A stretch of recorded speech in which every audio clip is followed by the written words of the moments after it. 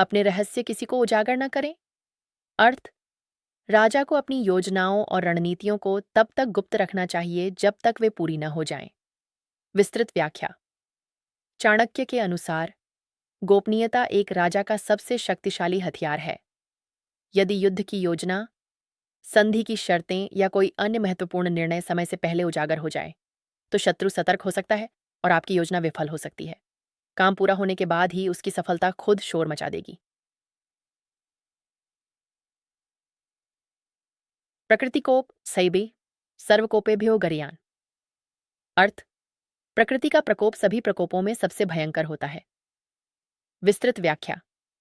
एक राजा अपनी सेना से शत्रु को हरा सकता है, अपनी कूटनीति से विद्रोह को दबा सकता है, लेकिन वह प्राकृतिक आपदाओं जैसे बाढ़, सूखा, भूकंप या महामारी के सामने विवश हो सकता है।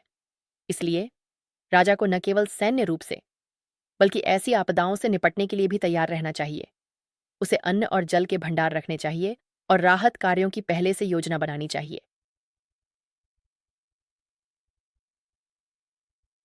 राजा को चाटुकारों से दूर रहना चाहिए।